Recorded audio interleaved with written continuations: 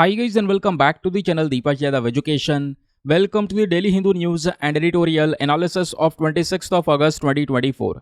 तो गाइज आज है तारीख 26 अगस्त 2024 और है मंडे।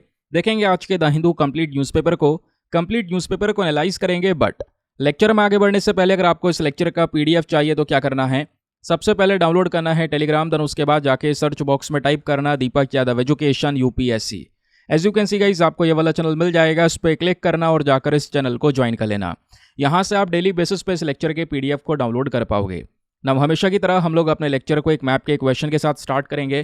तो आज आप सभी को मैप में जाकर देखना है विरूपाक्षा टेम्पल को कहाँ पर है एग्जैक्टली लोकेटेड, इसको अच्छे से मैप में देखना। देन उसके बाद आकर नीचे कमेंट सेक्शन में टाइप करना, जिससे कि आप लोग इसको लंबे समय तक याद रख पाओगे। साथ ही साथ एक क्वेश्चन सॉल्व करेंगे जो कि यूपीएससी पैटर्न के ऊपर बेस्ड है डेली बेसिस पे। यहाँ पे हम प्रैक्टिस क्वेश्चन को भी सॉल्व करते हैं। अभी रिसेंटली A1 और A2 मिल्क चर्चाओं में है, ये न्यूज़ आपको लगी हुई देखने को मिलेगी। इसमें आंसर छिपा दिया गया है, तो आपने बताना है A1 और A2 वाला जो मिल्क है, इन दोनों के बीच में मेन क्या फ़र्क होता है, प्राइमरी डिफरेंस क्या है। ऑप्शन नंबर ए, जो इनका सोर्स ऑफ मिल्क है, क्या वो एक सबसे बड़ा डिफरेंस क्रिएट करता है, या ऑप्शन नंबर बी, इनमें जो टाइप ऑफ प्रोटीन पाया जाता है वो एक बड़ा डिफरेंस है, या ऑप्शन नंबर सी, इनमें फैट ऑफ कंटेंट ये बड़ा डिफरेंस है, या ऑप्शन नंबर डी, इनमें जो लैक्टोज लेवल है क्या वो एक बड़ा डिफरेंस है। तो इसका सही आंसर सभी को नीचे कमेंट सेक्शन में देना है। एटलीस्ट सभी को इसमें पार्टिसिपेट करना है, जैसे मैं आप लोगों से डेली बेसिस पे बोलता हूं। बाय द वे, इसका जो करेक्ट आंसर है वो मैंने आपको टेलीग्राम पर प्रोवाइड करवा दिया है, वहां से भी आप इसको चेकआउट कर सकते हैं। और अगर वहां पर आंसर नहीं मिलता है तो भी कोई परेशान होने की ज़रूरत नहीं है, क्योंकि वीडियो के लास्ट में इसके करेक्ट आंसर का डिस्कशन हम लोग करेंगे। तो चलो शुभारंभ करते हैं और चलते हैं सबसे पहले आज के इंडेक्स के ऊपर। देखो, इंडेक्स में मैं केवल आपको एडिटोरियल दिखा रहा हूँ, वैसे बहुत सारे न्यूज़ आर्टिकल्स हैं। और आपको पता ही है कि यहाँ पे हम अपने इंडियन एक्सप्रेस, द हिंदू, जितने भी इंपॉर्टेंट सोर्स है सबको कवर करें। द हिंदू तो कंप्लीट होगा आपको, जैसे पहला द हिंदू का एनालिसिस चल रहा था वैसे एज इट इज़ है ना, तो वो एज इट इज़ चल रहा है। उसके साथ साथ इसमें एडिशनल चीज़ें लगा दी गई हैं, जैसे इंडियन एक्सप्रेस के खूब सारे आर्टिकल्स यहाँ पे जो रेलिवेंट होते हैं, एक्सप्लेनर सेक्शन के आर्टिकल रेलिवेंट होते हैं। शॉर्ट न्यूज़ के कॉन्सेप्ट के बेसिस पे मैं आपको वो समझाऊंगा।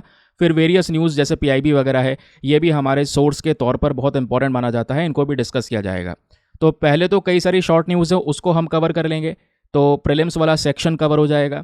फिर उसके बाद में मेंस ओरिएंटेड डिस्कशन भी रहेगा। तो दोनों भागों में दोस्तों हम बांट कर अपना एनालिसिस लेकर चल रहे हैं पिछले कुछ दिनों से। तो आज के एडिटोरियल में लगभग सभी एडिटोरियल्स सुपर इंपॉर्टेंट है। जैसे ये वाला एडिटोरियल यहाँ पर बात करता है किस चीज़ के बारे में, अभी केरला के अंदर जो फिल्म इंडस्ट्री निकली है, उस फिल्म इंडस्ट्री में बहुत सारे शॉकिंग न्यूज़ निकल कर आए हैं। एक रिपोर्ट आई है, उस कमेटी के बारे में हम बात करने वाले हैं। वो हेमा कमेटी का क्या है कहना, बहुत ही ज़्यादा इंपॉर्टेंट आर्टिकल है, इसको बिल्कुल भी आप स्किप नहीं कर सकते, क्योंकि यही बिल्कुल सेम एडिटोरियल इसके यहाँ पे भी लिखा हुआ है। तो दोनों के दोनों सेम एडिटोरियल हैं, तो ऑब्वियस सी बात है इन दोनों को मिलाकर एक बढ़िया डिस्कशन करेंगे प्रॉपर नोट्स के साथ में। फिर एक और एडिटोरियल यहाँ पर आपको देखने को मिलेगा जहाँ पे बात हो रही है जो पर्सन विद डिसेबिलिटी हैं उनके साथ में करंट समय पर सही चीज़ें नहीं हो रही हैं। तो वो जो डिस्क्रिमिनेशन है, जो भेदभाव है, उसको कैसे रोका जा सकता है, उसके लिए क्या इन्वेस्टमेंट किया जा सकता है, वो राइटर ने एक्सप्लेन किया है, वो हम समझेंगे। फिर उसके बाद में जो थर्ड एडिटोरियल है ये भी काफ़ी रेलिवेंट है।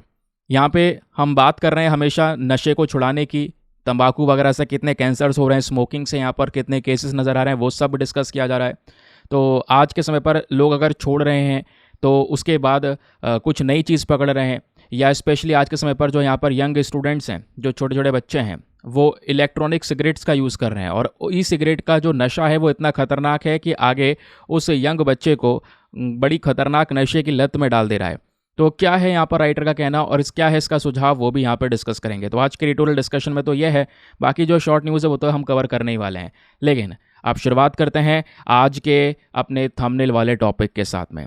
तो दोस्तों यहाँ पे आपने थंबनेल में देखा है, देखो हमारे लिए बिल्कुल प्राउड मोमेंट है। भारत ने अपना पहला रीयूजेबल रॉकेट, जिसको नाम दिया गया है रूमी-1, इस रॉकेट को लॉन्च किया है। अब इस रॉकेट की खासियत क्या है, फीचर्स क्या हैं और कैसे हमारे लिए हेल्पफुल हो सकता है, कैसे दुनिया में यहाँ पर इसकी बहुत ज़्यादा चर्चाएँ आने वाले समय पर होंगी, वो भी मैं आपको बताने वाला हूँ। तो ध्यान रखिए, मिशन रूमी 2024, जिसके तहत भारत का पहला रीयूजेबल हाइब्रिड रॉकेट यहाँ पे लॉन्च किया गया है। हाइब्रिड रॉकेट क्या होता है, जिसमें हम सॉलिड लिक्विड फ्यूल दोनों चीज़ों का इस्तेमाल करते हैं। अब दोस्तों यहाँ पे एक एक करके सभी फैक्ट्स को ध्यान में रखिएगा, क्योंकि ये सभी फैक्ट्स आपके प्रीलिम्स के लिए सुपर इंपॉर्टेंट होने वाले हैं। क्योंकि अभी हम जो स्टार्टिंग में डिस्कस करेंगे सारी की सारी शॉर्ट न्यूज़ है जो आज की हमारे दोनों अखबारों में पब्लिश हुई हैं। तो एक ही वीडियो में आपका इंडियन एक्सप्रेस भी कवर हो गया, द हिंदू भी कवर हो गया, थोड़े से समय के अंदर ही। इधर उधर सेपरेट अलग अलग वीडियोस देखने की ज़रूरत नहीं है, टाइम वेस्ट करने की बिल्कुल भी ज़रूरत नहीं है। तो दोस्तों यहाँ पे बात आ रही है रूमी 1 के बारे में। तो इस पर्टिकुलर रॉकेट को डेवलप किया गया है तमिलनाडु बेस्ड एक स्टार्टअप स्पेस जोन है। स्टार्टअप यानी कि हमारी एक कंपनी है, प्राइवेट कंपनी है, स्पेस जोन इंडिया नाम है उसका। उन्होंने कोलैबोरेशन किया मार्टिन ग्रुप के साथ में, और इस कोलैबोरेशन के बेसिस पे इन्होंने इस रॉकेट को रिसेंटली लॉन्च किया। और मैं आपको बताऊं कि जो ये रॉकेट लॉन्च किया गया है मोबाइल लॉन्चर के माध्यम से किया गया है। जो लॉन्चर सिस्टम था जिससे रॉकेट दागा गया है वो कहीं भी हम ले जा सकते हैं। और सबसे इंपॉर्टेंट चीज़, अब रॉकेट लॉन्च किया है अंतरिक्ष में तो कुछ तो भेजा होगा अंतरिक्ष में। जी बिल्कुल, हमने 3 क्यूब सैटेलाइट्स और 50 PICO सैटेलाइट्स को भेजा है। ये सैटेलाइट क्या करेंगी, जो हमारा क्लाइमेट चेंज हो रहा है, लगातार टेम्परेचर बढ़ रहा है, ग्लोबल वार्मिंग हो रही है, उसका डेटा कलेक्ट करने का काम करेगी। अब दोस्तों इसमें जो 2 सैटेलाइट है उसमें से सबसे पहले क्यूब सैटेलाइट की बात करते हैं। ये बेसिकली नैनो सैटेलाइट की क्लास की कैटेगरी में आता है। नैनो सैटेलाइट नाम से पता चल रहा है जो बहुत ही छोटे साइज़ की सैटेलाइट होती हैं, तो उसी में एक क्यूब सैटेलाइट भी आता है। अब क्यूब सैटेलाइट इतना छोटा है कि इसका वजन केवल और केवल 1 से 10 किलो के बीच में हो सकता है। 110 नहीं, 1 या 10 किलो के बीच में। फिर इससे भी छोटी सैटेलाइट जो है वो है PICO पाइको सैटेलाइट। ये और भी छोटी हैं, इनका वजन 0.1 से लेकर 1 kg तक होगा, बस 1 किलोग्राम या 1 किलोग्राम से कम। तो ऐसी सैटेलाइट्स हमने यहाँ पे इस रॉकेट में रख के लॉन्च की हैं। कौन सा रॉकेट? हमारा रूमी 1 यानी रीयूजेबल रॉकेट। उनकी फ़ोटोज़ नहीं आई है, ध्यान रखिएगा, ठीक है। ये फ़ोटोज़ दूसरी हैं, अगर मैंने वैसे थंबनेल में लगा रखी है, आप लोग वो देख पाओगे। अब दोस्तों ये जो रूमी 1 रॉकेट है ना, इसके फीचर्स क्या हैं ज़रा पहले ये जान लेते हैं। पहली चीज़, ये हमारा एक हाइब्रिड रॉकेट इंजन है। हाइब्रिड रॉकेट इंजन का मतलब ये होता है कि इस रॉकेट में जो फ्यूल इस्तेमाल होगा एनर्जी के लिए, उसमें सॉलिड और लिक्विड प्रोपेलेंट्स दोनों इस्तेमाल करे गए हैं, ताकि इसकी एफिशिएंसी और बड़े लेवल पर हो, है ना, और जो खर्चा है वो कम आए। फिर उसके बाद यहाँ पे पैराशूट सिस्टम भी लॉन्च किया गया है, क्योंकि ये जो पैराशूट सिस्टम होने वाला है दोस्तों, ये काफ़ी इफेक्टिव होगा, इको फ्रेंडली होगा, हमारे एनवायरनमेंट को कोई नुकसान नहीं पहुंचाएगा। क्योंकि इसी पैराशूट के माध्यम से, क्योंकि रॉकेट तो एक बार चला जाएगा, जब वापस नीचे आएगा तो पैराशूट उसको सपोर्ट करेगा, तो उसकी जो सेफ रिकवरी है उसके लिए यहाँ पर पैराशूट काफ़ी ज़रूरी है, वो इसमें लाया गया है। अब क्वेश्चन यहाँ पर यह है कि सर ये हम बार बार देख रहे हैं रीयूजेबल रॉकेट का जो वर्ड है वो यूज़ हो रहा है, इसका मतलब क्या होता है? देखो जनरली होता यह है, आज हमें कोई भी मिशन लॉन्च करना है अंतरिक्ष में, कोई भी सैटेलाइट लॉन्च करनी है, हमारे पास में कई सारे रॉकेट हैं। Small satellite launch vehicle SLV का नाम सुना होगा, PSLV का नाम सुना होगा, GSLV का नाम सुना होगा, है ना। लेकिन ये जैसे GSLV है वो बहुत ही ज़्यादा हैवी मिशन के लिए यूज़ किया जाता है। अभी हमने चंद्रयान 3 जो यहाँ पर मिशन किया उसमें GSLV रॉकेट का इस्तेमाल हुआ, तो वो हैवी मिशन के लिए, जब सैटेलाइट आपको अंतरिक्ष में लगभग 30-35 हज़ार किलोमीटर दूर जियो स्टेशनरी ऑर्बिट पे लॉन्च करनी होती हैं। लेकिन ये है बेसिकली यहाँ पर रीयूजेबल रॉकेट। अब कहने का मतलब है कि जैसे हम PSLV GSLV या नॉर्मल व्हीकल इस्तेमाल करते हैं तो रॉकेट अंतरिक्ष में जाता है और जाते जाते दोस्तों यहाँ पर वो रॉकेट ख़त्म हो जाता है। अपना उसने मिशन कर दिया, रॉकेट ख़त्म, रॉकेट वापस नहीं आता है हमारे पास में, उसके सारे पार्ट्स खुल जाते हैं, सब यहाँ पर एज इट इज़ बेकार हो जाता है, हमारे काम का नहीं होता। तो इसमें खर्चा भी ज़्यादा होता है, हर नए मिशन के लिए एक बार फिर नया रॉकेट चाहिए, उसमें टाइम भी लगता है, इन्वेस्टमेंट भी लगता है। तो इसका ऑल्टरनेटिव या इससे एक सबसे बढ़िया उपाय वो है रीयूजेबल रॉकेट। एक ऐसा रॉकेट जो कि अंतरिक्ष में जाएगा, सैटेलाइट को फेंकेगा ऊपर, यानी कि सैटेलाइट लॉन्च करेगा, है ना, उसके अलावा यहाँ पे क्या होगा, वो वापस से पृथ्वी पर आ जाएगा। फिर उसके बाद कुछ समय बाद इसको वापस से हम रीयूज़ कर सकते हैं। ये है कॉन्सेप्ट। इससे बहुत सारी सेविंग्स होंगी। बताया जा रहा है सबसे पहला फ़ायदा इस रीयूजेबल रॉकेट का ये है कि 65% आप इमेजिन कीजिए, जितना हम नया रॉकेट बनाते हैं हर मिशन को लॉन्च करने के लिए, उससे 65% सस्ता पड़ेगा ये मामला। और सबसे बढ़िया चीज़ या सबसे बढ़िया इसका फ़ायदा यह है, इससे स्पेस डेब्रिस कम होगा। क्योंकि रॉकेट अंतरिक्ष में गया, टूट टाट गया, खराब हो गया, वो सब कचरा अंतरिक्ष में घूम रहा है, और वो जो कचरा है अंतरिक्ष का वो हमारे लिए भयानक तबाही होने वाला है आने वाले समय पर। इसको बोलते हैं स्पेस डेब्रिस। अब 1957 में आप देख पाओगे इतने ज़्यादा इनोवेशंस हुए नहीं थे, इतनी सैटेलाइट्स लॉन्च होती नहीं थी। तो ये है हमारी पृथ्वी, और इस तरीके से आप इसके आसपास कुछ नहीं देख पाओगे, थोड़ी बहुत सैटेलाइट्स हैं। 2005 तक ऐसे बहुत सारी सैटेलाइट्स लॉन्च कर दी गई। 2018 में ये आप देख पा रहे हो जो वाइट वाइट है ना, ये सब अंतरिक्ष का कचरा है। इसमें आपके सैटेलाइट्स भी हैं। मिशंस आप लॉन्च करते हैं, कई सैटेलाइट्स खराब हो जाती हैं, ऑब्वियस सी बात है, लाइफ टाइम के लिए तो होती नहीं है, एक पर्टिकुलर टाइम पीरियड होता है, 5 साल 10 साल 15 साल, उसके बाद वो भी खराब हो जाती हैं। तो ये सब कचरा अंतरिक्ष में तैर रहा है पृथ्वी के इर्द गिर्द। इसको रोकना जरूरी है। इसमें मैक्सिमम कचरा रॉकेट्स का भी है। रॉकेट जाएगा, मिशन लॉन्च करेगा, वो भी कचरा बन के घूमने लगेगा। तो इससे अच्छा रीयूजेबल रॉकेट क्यों ना हो। सीधा हमने यहाँ पर अपना मिशन लॉन्च किया, उसके बाद वो रॉकेट वापस आ जाएगा, उसको दोबारा से इस्तेमाल भी करेंगे। तो एक तो फायदा ये है, पैसा बचेगा, दूसरा यहाँ पे अंतरिक्ष में कचरा कम होगा। नहीं तो फिर 2030 तक ये सिनेरियो आएगा, कचरा इतना इकट्ठा हो जाएगा अंतरिक्ष में कि उससे हमारे मिशंस को ही नुकसान होना शुरू हो जाएगा, हमारे सैटेलाइट्स को नुकसान होना शुरू हो जाएगा। ये बात यहाँ पे बताई जा रही है। तो ये है रीयूजेबल रॉकेट और ये हो गए उसके बेनिफिट्स। अब दोस्तों धीरे धीरे करके इंडिया का जो स्पेस इंडस्ट्री है वो तेज़ी से ग्रो कर रहा है। मैं एक स्पेस इंडस्ट्री के ऊपर सेपरेट वीडियो भी आपके सामने लेकर आऊँगा। अभी फ़िलहाल ये देखिए, ये है पहले का समय। एक समय पर जो इसरो है ना, ये आप देखिए, फोटो रियल है। इसरो अपना पहला रॉकेट साइकिल पे लेके जा रहा है। और आज दोस्तों यहाँ पे दुनिया भर के बहुत सारे नेशंस ऐसे हैं जो अपनी सैटेलाइट्स वो हमसे लॉन्च करवाते हैं। और अब हमारे पास में रीयूजेबल रॉकेट का कॉन्सेप्ट भी आ चुका है। ठीक है, लेकिन यहीं पर मैं कुछ एडिशनल इन्फॉर्मेशन आपको देना चाहूँगा। देखिए, हमारे इसरो के माध्यम से कई सारे प्रकार के लॉन्च व्हीकल्स यूज़ किए जाते हैं। जैसे अभी हम रीयूजेबल रॉकेट की बात कर रहे हैं ना, वैसे ही यहाँ पर इसरो ने एक satellite launch vehicle that is SLV ये बनाया है। अब जो सैटेलाइट लॉन्च व्हीकल होता है, ये हमारे सैटेलाइट्स को सिंपल सी बात है लॉन्च करने का काम करेगा। फिर SLV के बाद इसरो ने ASLV बनाया, that is augmented satellite launch vehicle. तो SLV ASLV दोनों का मेन काम यही है कि छोटी छोटी सैटेलाइट्स को, लगभग जिनका 150 किलोग्राम तक का वजन होगा, उसको वो अंतरिक्ष में ले जा सकते हैं। ठीक है, तो ये 1990 से पहले की कहानी है दोस्तों, 1990 से पहले। तब तक हमारे पास में PSLV नहीं था, तो हम केवल छोटी सैटेलाइट, हल्की सैटेलाइट लॉन्च कर पाते थे। फिर हमने बनाया PSLV, that is polar satellite launch vehicle. ये PSLV का सबसे पहला लॉन्च हुआ 1994 में, और ये इसरो का मेन रॉकेट है। आज भी इसरो का मेन रॉकेट है ये। आज भी ज़्यादातर मिशंस जो इसरो है वो PSLV का ही यूज़ करके कंडक्ट करता है, क्योंकि सबसे ज़्यादा विश्वसनीय रॉकेट है, इस पर विश्वास किया गया है। बहुत सारे मिशंस इन्होंने सक्सेसफुली कंडक्ट किए हैं। चंद्रयान 1 2008 में PSLV के माध्यम से हुआ। मार्स पे, मंगल ग्रह पे मिशन लॉन्च किया, PSLV से हुआ। समझ गए। फिर PSLV के बाद हमें ज़रूरत पड़ गई और भारी सैटेलाइट अगर हम लॉन्च करेंगे तो क्या भैया, रॉकेट होना चाहिए हमारे पास में। तो PSLV के बाद फिर इसरो ने बनाया GSLV, that is Jio synchronous satellite launch vehicle, most powerful rocket जो अभी तक इसरो के पास में है। हैवी से हैवी सैटेलाइट्स ये अंतरिक्ष में लॉन्च कर सकता है। पता है कितनी हैवी? अभी तो आप देख पा रहे हो जो हमने रीयूजेबल रॉकेट बनाया, वो 1 से 10 किलोग्राम तक की सैटेलाइट या 1 किलोग्राम से हल्की सैटेलाइट लॉन्च कर रहा है। अब देखिए, जो GSLV है हमारे पास में, ये 10,000 किलोग्राम, इमेजिन कीजिए 10,000 kg के आसपास, इतने वजनदार सैटेलाइट को ये लो अर्थ ऑर्बिट में लॉन्च कर सकता है। और इससे हल्की सैटेलाइट को सीधा अंतरिक्ष में 36,000 किलोमीटर की दूरी पर ले जा सकता है। समझ गए। तो ये जो सैटेलाइट है इसको इंडिजीनियसली डेवलप किया गया है हमारा। इसमें बहुत सारे पार्ट हैं। GSLV Mark 2 है, Mark 3 है। अभी जो MK3 वाला है ये अभी तक का लेटेस्ट वर्जन है और बहुत ही ज़्यादा पावरफुल रॉकेट ये माना जाता है। फिर उसके बाद हमारे पास में SSLV भी है, यानी स्मॉल सैटेलाइट लॉन्च व्हीकल। कहने का मतलब है, अब मान लो यहाँ पे एक मीडियम साइज़ की सैटेलाइट है ना, तो ज़्यादा हल्की है, मान लो 200 किलोग्राम से ज़्यादा वजन है और 500 ग्राम के आसपास है, तो क्या उसके लिए हम इतने हैवी रॉकेट यूज़ करेंगे GSLV PSLV? नहीं, इसके लिए दोस्तों SSLV बनाया गया, that is small satellite launch vehicle. तो ये वाला जो व्हीकल है ये 500 किलोग्राम तक की सैटेलाइट्स को आराम से लॉन्च कर सकता है सस्ते दाम में, तो इससे यहाँ पर नुकसान नहीं होगा। तो ये इसरो की ताकत है, इसरो ने ये सब किया। और मैं आपको बता दूं, भारत का जो स्पेस का बजट है वो बहुत कम है, इसरो का बजट बहुत कम है।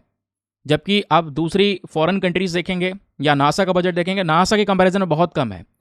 तो हम लोगों ने उतने ही अमाउंट में बहुत सारी चीज़ें डेवलप की हैं पिछले कुछ समय पर। अर्थ को ऑब्जर्व करने की कई सारी सैटेलाइट्स हमने बनाई हो, उसको लॉन्च की हैं, और ज़्यादातर अर्थ ऑब्जर्वेशन वाली सैटेलाइट इसी स्मॉल सैटेलाइट लॉन्च व्हीकल से लॉन्च की जाती है। समझ गए? क्लियर हो गया? अब दोस्तों यहाँ पे क्वेश्चन ये है कि सर आपने PSLV और GSLV के बारे में बताया, क्या फ़र्क होता है दोनों में? बाकी तो सब आप समझ ही गए। देखो यहाँ पे 2 वर्ड हैं, है ना। अब ये है P है मतलब पोलर सैटेलाइट लॉन्च व्हीकल, और GSLV मतलब जी मतलब है जियो सिंक्रोनस सैटेलाइट लॉन्च व्हीकल। ये बेसिकली यहाँ पर ये रॉकेट मिशन कहाँ पे ले जाके लॉन्च करेगा उसके बेसिस पे इनका फ़र्क होता है। कहने का मतलब है अगर हम PSLV से कोई रॉकेट लॉन्च करते हैं तो वो हमारे पृथ्वी के पोलर ऑर्बिट ये हो गया यहाँ पे हमारा नॉर्थ पोल, ये हो गया यहाँ पे हमारा साउथ पोल। तो जो पोलर वाले रीजन है इस वजह से यहाँ पे बोला जाता है पोलर सैटेलाइट लॉन्च व्हीकल। ठीक है, तो इस तरीके से यहाँ पे दोस्तों जो हमारे पोल्स वाले रीजन है यहाँ पे सैटेलाइट लॉन्च करता है PSLV। ज़्यादा दूर नहीं, हमारे लो अर्थ ऑर्बिट में ही, मतलब वही 2000 किलोमीटर के दायरे में, यानी ऊपर जाओगे पृथ्वी से 2000 किलोमीटर के दायरे में जो लॉन्च होगा सैटेलाइट वो PSLV करेगा। अब मान लीजिए बहुत दूर करना है, यानी जियो स्टेशनरी ऑर्बिट में करना है। जियो स्टेशनरी ऑर्बिट हमारे पृथ्वी से लगभग 35 से 36 हज़ार किलोमीटर की दूरी पर नजर आएगा। ये है हमारा जियो स्टेशनरी ऑर्बिट। तो उसके लिए GSLV इस्तेमाल होता है। तो इस वजह से PSLV और GSLV इनका जो है नाम वो रखा गया है। और अगर डिफरेंस पढ़ना चाहते हैं तो ये सब कुछ मैंने डिटेल्स आपको यहाँ पे प्रोवाइड करवा दी हैं, थोड़ा बहुत ध्यान रख सकते हैं क्योंकि UPSC पहले इनके डिफरेंशिएशन पे क्वेश्चन पूछ चुका है प्रीलिम्स में। चाहो तो आप सर्च करो, आपको मिलेगा भी वो प्रश्न, ऐसे ही नहीं कह रहा हूँ मैं। ठीक है, जैसे यहाँ पे आप देख पाएंगे जो हमारा PSLV होता है इसमें 4 स्टेज होती हैं, GSLV में 3 स्टेज होती हैं, है ना। पहली उड़ान PSLV ने 20 सितंबर 1993 में भरी थी। GSLV ने पहली उड़ान 18 अप्रैल 2021 में भरी थी। तो ये कुछ बेसिक फैक्ट्स हैं, तथ्य हैं जिसको ध्यान में रखा जा सकता है। चलिए, ये हो गया हमारा पूरा कंप्लीट न्यूज़ आर्टिकल जो हमने अभी थंबनेल वाला कवर किया। आगे आते हैं, लेकिन आगे बढ़ने से पहले एक इंपॉर्टेंट इन्फॉर्मेशन। अगर आप लोग हमारे पेड ग्रुप्स को ज्वाइन करना चाहते हैं तो आपके पास में बढ़िया मौका है इसको ज्वाइन करने के लिए। यहाँ पर आपको डेली बेसिस पे करंट नोट्स के PDF वगैरह दिए जाते हैं। फॉर एग्जाम्पल, जैसे आपने ये डिटेल्स देखी, ये सभी डिटेल्स आपको लिखित में प्रोवाइड करवाई जाएंगी। एक प्रॉपर नोट्स, एक प्रॉपर प्रिंटेड फॉर्म का डेटा प्रोवाइड करवाया जाता है इस पर्टिकुलर ग्रुप में। जैसे ये वाला जो स्लाइड आप देख पाओ, इसमें 100, 150, 200 स्लाइड तक चली जाती हैं। तो वो सब कंपाइल कर दिया जाता है केवल 10 से 15 पेजों में, और वो पर्टिकुलर यहाँ पे प्रिंटेबल फॉर्म का PDF आपको इस ग्रुप में दिया जाता है। एक ऐसा PDF जो हिंदी इंग्लिश दोनों भाषाओं में होता है। ठीक है, एक ऐसा ग्रुप आपको मिल जाता है जहाँ पे आपका सभी कंटेंट सिक्योर हो जाता है। करंट अफेयर्स के नोट्स की टेंशन आपकी खत्म सी हो जाती है लगभग। ठीक है, क्योंकि यहाँ पे दोस्तों करंट अफेयर्स लंबे समय तक प्रिपेयर करने, 1-2 साल के करंट अफेयर्स आपको चाहिए, वो सब डेटा यहाँ पे सिक्योर है, सब सीक्वेंस वाइज में मैनेज है, तो आपका टाइम का बचत बहुत होता है। और इस ग्रुप को ज्वाइन करने का जो फी पेमेंट है वो बहुत मिनिमम है, just 499 for the lifetime access. जब तक आपका सिलेक्शन ना हो जाए तब तक आप 499 में इस ग्रुप को ज्वाइन करके रख सकते हैं। ज्वाइन करने के लिए क्या करना है, व्हाट्सएप पर जाना है। यहाँ पर आपको एक नंबर दिया गया है 8534873368। इस नंबर पर मैसेज कर देना कि हाँ, I want to join this group. वहाँ पे आपको रिप्लाई मिलेगा, पेमेंट का प्रोसेस दिया जाएगा, और उससे ज़्यादा इंपॉर्टेंट आपको डेमो वीडियो का लिंक भी मिलेगा। आप पूरे डेमो वीडियो को एक बार चेक कर लीजिएगा कि मुझे कहाँ पर कैसे फ़ायदे हो रहे हैं। अपने आप को पूरी तरह से सेटिस्फाई कर लेना, फिर उसके बाद जाकर ये इन्वेस्टमेंट करना। ठीक है, तो दोस्तों इतना तो काम करना है। अगर ये भी नहीं चाहते हो कोई बात नहीं, लेकिन मेक श्योर ये करें, वीडियो पे लाइक का बटन ज़रूर प्रेस करें। 5000 लाइक्स का टारगेट है जिसको आप सपोर्ट कर सकते हैं। चलिए अगले आर्टिकल पर आते हैं। नेक्स्ट आर्टिकल हमारे आज के द हिंदू न्यूज़पेपर में पेज नंबर 1 पर प्रेजेंट है। GS paper number 2 international relations के साथ में आप इसको लिंक कर पाएंगे। तो हुआ यह है, वेस्ट एशिया के अंदर फिर से देखो, पिछले कुछ समय से काफ़ी गड़बड़ी नज़र आ रही थी, अब ये गड़बड़ी फिर से और बढ़ रही है। अभी यहाँ पे सिनेरियो यह है, हम लगातार देख रहे हैं कि एक वॉर का सिनेरियो बन रहा है। हो सकता है कि एक नई वॉर शुरू हो जाए वेस्ट एशिया से। ऐसा क्यों? चलिए थोड़ा सा यहाँ पे जियोपॉलिटिक्स जानने की कोशिश करते हैं। ये आर्टिकल मैं आपको थोड़ा इंटरेस्टिंग तरीके से पढ़ाऊंगा, लेकिन उसके पीछे पहले बेसिक चीज़ें जान लो। पहले ये देखो, यहाँ पे बोला यह जा रहा है कि इजराइल अभी के समय पर लेबनान के ऊपर में बम बरसा रहा है और अभी अटैक कर रहा है। यानी लेबनान ने अभी इजराइल पे अटैक नहीं किया है, तो बस खाली अनाउंस किया है कि हाँ अभी शंका है कि लेबनान हमारे ऊपर अटैक कर सकता है। अभी केवल पता है कि लेबनान इजराइल पे अटैक कर सकता है, इसी के आधार पर इजराइल यहाँ पे अटैक कर रहा है। इसको बोलते हैं प्री एम्प्टिव स्ट्राइक, ये आप देख पाएंगे। अब कहना क्या है, मतलब चलो ये समझते हैं। देखो ये है हमारा पूरा वेस्ट एशिया, ठीक है, ये इंडिया का मैप हुआ। यहाँ से आप देख पाओगे ये है ईरान, ईरान को भी ध्यान रखना, अभी हम पढ़ेंगे इसके बारे में भी। ये आपको देखने को मिल जाएगा, ये है इजराइल, इसके जस्ट ऊपर यहाँ पे लेबनान। तो इजराइल और लेबनान का एक बाउंड्री लगती है, एक बॉर्डर लगता है, ये ध्यान रखिएगा। यहाँ पर एक बॉर्डर है इनका। अब होता यह है, आज से कुछ दिनों पहले 2 बड़ी बड़ी घटनाएं हुई और दोनों को यहाँ पर इजराइल के ऊपर इल्ज़ाम दिया गया। ईरान के अंदर में जो हमास का चीफ है, हमास क्या है दोस्तों आपको पता है, गाज़ा पट्टी में हमास ही है जो इसको रूल कर रहा है। है ना, गाज़ा पट्टी को। और हमास इजराइल के बीच में युद्ध चल रहा है पिछले साल अक्टूबर से ही। तो हमास का जो चीफ है इस्माइल हानिया को दोस्तों यहाँ पर ईरान के अंदर में इजराइल ने मार गिरा दिया, जब ईरान के नए प्रेसिडेंट यहाँ पे शपथ ले रहे थे, जो भी सेरेमनी चल रही थी उस दौरान। फिर दूसरी बात, लेबनान के अंदर में यहाँ पर क्या हुआ, लेबनान में भी दोस्तों एक ग्रुप है जिसका नाम है हिजबुल्ला। तो हिजबुल्ला हो गया, हमास हो गया, ये सब वो ग्रुप्स हैं जो इजराइल पे अटैक करते हैं लगातार। इजराइल इन दोनों ग्रुप्स को टेररिस्ट ऑर्गेनाइजेशन कहता है। और दोस्तों यहाँ पे होता यह है कि हिजबुल्ला हो चाहे हमास हो, उसको ईरान का पूरा सपोर्ट है। ईरान के प्रॉक्सीज ग्रुप हैं ये, ठीक है।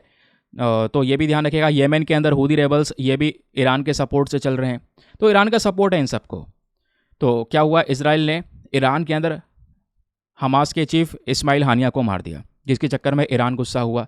लगातार कई रिपोर्ट्स पब्लिश हो रही थी, ईरान अब अटैक करेगा, 24 घंटे में अटैक करेगा, 48 घंटे में अटैक करेगा, 72 घंटे में अटैक करेगा, ऐसे आर्टिकल्स पब्लिश हो रहे थे। मैंने भी वीडियो बनाया था, याद होगा। बट ऐसा कुछ हुआ नहीं। अभी क्या हुआ, ईरान की चर्चाएं इस समय कम हो रही हैं, अब लेबनान की चर्चा हो रही है। क्योंकि दोस्तों यहाँ पे इजराइल ने जब हमास के चीफ को मारा, तो साथ ही साथ में उससे जस्ट पहले लेबनान के अंदर जो हिजबुल्ला ग्रुप है, हिजबुल्ला ग्रुप में भी यहाँ पर एक एडवाइज़र काम करने वाला व्यक्ति जिसका नाम है फौज शुक्र को भी यहाँ पर इजराइल ने मार दिया। तो फौज शुक्र का बदला लेगा यहाँ पर हिजबुल्ला, ये बात हिजबुल्ला बोल चुका है। तो अब इजराइल को लग रहा है कि हमारे ऊपर अटैक हो, इससे पहले ही हम अटैक कर देते हैं लेबनान के ऊपर में। ये बेसिकली यहाँ पर कहना है, समझ गए। फौज शुक्र जो कि लंबे समय से चर्चाओं में भी था, यूएस भी यहाँ पे फौज शुक्र के पीछे लगा हुआ था, क्योंकि फौज शुक्र के ऊपर में कई सारे इनाम भी रखे गए थे। बताया जाता है 1983 में लेबनान के अंदर में, लेबनान की जो कैपिटल है बेरूत, वहाँ पे बॉम्बिंग हुई थी और उसमें कई सारे यूएस के सर्विस पर्सनल मारे गए, और उस बॉम्बिंग के पीछे यहाँ पर इस फौज शुक्र का लेना देना था। तो ऐसे बेसिस पे यहाँ पर इजराइल ने फौज शुक्र को मार दिया, जिस वजह से रिसेंटली यूएसए के अंदर कई लोग खुश भी हुए, ठीक है। तो वो पर्टिकुलर सिनेरियो चल रहा है। तो फिलहाल अभी देखते हैं क्या होता है, क्योंकि अभी रिटेलिएशन में कोई अटैक होता है इनके बीच में तो ईरान भी कूदेगा। तो अगर ईरान कूदता है तो दोस्तों यहाँ पे यूएसए सपोर्ट करने आएगा। और फिर उसके अलावा यहाँ पे आपको पता है ईरान को बैकिंग है रशिया की। रशिया भी अपने वेपन्स लगातार ईरान में भेज रहा है, और रशिया चाइना दोनों साथ में है। तो रशिया चाइना एक साइड है, अब इधर यूएसए इजराइल की साइड खड़ा हो जाएगा, या खड़ा है, हम इसको ऐसे कह सकते हैं। यूएस क्या है, United states of America, 50 state से मिलकर यहाँ पर यूएस बना हुआ है। कई बार बोला जाता है यूएस का जो 51वां स्टेट है, भले ही उसके साथ ना हो, लेकिन इजराइल है उसका 51st स्टेट। तो यूएस का सपोर्ट है प्रॉपर। अगर यहाँ पे कोई भी दूसरी कंट्रीज आती हैं, यूएस आएगा। अब आपको पता है रशिया और अमेरिका दोनों के रिलेशंस करंट समय पर कितने ज़्यादा डाउन लेवल पर हैं, कितने ज़्यादा ख़राब हैं। या चाइना को भी आप मेंशन कर सकते हैं, उनके साथ भी रिलेशंस ख़राब हैं। तो प्रॉब्लम्स क्रिएट हो सकती हैं कभी भी। छोटी सी चिंगारी बहुत बड़ी आग लगा सकती है इस पर्टिकुलर एरिया में, वो यहाँ पर समझाया जा रहा है, ठीक है। तो जो भी अपडेट्स होंगे वो हम डिस्कस करेंगे। ये इस्माइल हानिया की बात कर रहे थे हम, ये वो हो गया, ठीक है। चलिए आगे आते हैं नेक्स्ट आर्टिकल पर। अगला आर्टिकल हमारे इंडियन एक्सप्रेस के अंदर में है, क्योंकि मैं आपके दोनों न्यूज़पेपर कवर करवा रहा हूँ, तो टेंशन नहीं लेनी है। GS paper number 2 international relations आप लिंक कर पाएंगे। क्या बात हो रही है, अभी आपको पता है भारतीय प्रधानमंत्री यूक्रेन गए, यूक्रेन की विजिट पे गए। कल मैंने पूरा इंडिया यूक्रेन का रिलेशन पढ़ाया हुआ है, आप चाहें तो कल वाला वीडियो प्लीज़ देखिए, उसमें आपको बहुत फ़ायदा मिलने वाला है। तो यहाँ पे बात यह हो रही है, जब पीएम मोदी गए यूक्रेन में तो यूक्रेन को गिफ्ट दिया। गिफ्ट यह है 4 भीष्म क्यूब हमने प्रोवाइड करवाए हैं उनके इमरजेंसी मेडिकल केयर के लिए, जिस वजह से ये चर्चा में है ना। पता है आपको, प्रधानमंत्री पहले पोलैंड गए। मैं आपके लिए, देखो मुझसे कई बार लोग बोल रहे हैं कि सर पोलैंड और भारत के रिलेशन आपने डिस्कस नहीं किए, तो उसके लिए थोड़ा कंटेंट चाहिए था, वो रेडी है, कल या परसों हम डिस्कस कर लेंगे, ठीक है। तो पहले वो पोलैंड गए, फिर उसके बाद यहाँ पर यूक्रेन गए। अब यूक्रेन को यहाँ पर 4 भीष्म क्यूब गिफ्ट किया। भीष्म क्यूब क्या है, ये यहाँ पर इमरजेंसी मेडिकल केयर है। ये आप देख पाएंगे 1 2 3 4 ये क्यूब्स रखे हुए हैं। ये लिखा हुआ है कि gift from the people and government of Republic of India. ये गिफ्ट है टुवर्ड्स द यूक्रेन। ये आप जो देख रहे हो इसमें कितने बॉक्स हैं, 1 2 3 4 5 6 7 8 9 10 11 12। फिर ये 12 बॉक्स का यहाँ पर एक केस आता है, 2 मिला देंगे तो यहाँ पर अगर आप देख पाएंगे तो ये एक कहलाता है मदर क्यूब, 2 को मिला देंगे तो मदर क्यूब कहलाता है। इसमें सभी सेफ्टी इक्विपमेंट्स भरे हुए हैं, कहीं पे भी आप उतार सकते हैं, ड्रोन से लॉन्च कर सकते हैं, हेलीकॉप्टर से उतार सकते हैं, ऊपर से गिरा सकते हैं। अभी इंडियन आर्मी ने भी गिराया था, याद होगा, है ना, पैराड्रॉप कर सकते हैं इसको। इसके अंदर सभी इक्विपमेंट्स भरे हैं। जो कई सारे लोगों का इलाज कर सकते हैं, सर्जरीज कर सकते हैं, बैक की प्रॉब्लम है, ऑपरेशंस की प्रॉब्लम है या कुछ और प्रॉब्लम्स है, उनको भी टैकल कर सकते हैं। ये ताकत है, यानी चलता फिरता हॉस्पिटल है ये ऐसे ध्यान रख सकते हैं, मोबाइल हॉस्पिटल। क्लियर हो गया? जो 8 मिनट में रेडी हो जाएगा, 8 मिनट में बड़ी से बड़ी जो इलाज है वो प्रोवाइड करवा सकता है। तो ये यहाँ पर दिया गया, भीष्म क्यूब इसको नाम दिया गया है। भीष्म की फुल फॉर्म है भारत हेल्थ इनिशिएटिव फॉर सहयोग हित एंड मैत्री। ये मोबाइल हॉस्पिटल है, जैसे मैंने आपको बताया, इसमें सभी मेडिकल फैसिलिटीज़ प्रोवाइड करवाई जाती हैं। ये छोटे साइज़ का है, इसमें छोटे छोटे बॉक्स हैं, 15-15 इंच के बॉक्स हैं, और एक डब्बे में, मतलब एक केस में अगर आप देख पाएंगे तो 12 बॉक्स हैं। दो को मिला देंगे तो ये कहलाता है मदर क्यूब, अगर हम दो को मिला देंगे तो। ठीक है। और बोला यह भी जा रहा है कि इसको आप कहीं से भी ट्रांसपोर्ट कर सकते हैं, समुद्र में ट्रांसपोर्ट कर दो, जहाज़ में रख के, ज़मीन पे ट्रांसपोर्ट हो सकता है, कहीं से भी यहाँ पर इसका ट्रांसपोर्टेशन पॉसिबल है, क्योंकि इसमें वजन नहीं है। हर एक क्यूब का जो वेट है वो 20 किलोग्राम के आसपास है। तो इसको डिज़ाइन ही ऐसे किया गया है कि एक इंसान भी खिसकाता हुआ कहीं पे ले जाए। ठीक है, इस तरीके से यहाँ पर बनाया गया है। अब जैसा मैंने आपको बताया कि इसमें 36 मिनी क्यूब्स होते हैं कंबाइन फॉर्म में।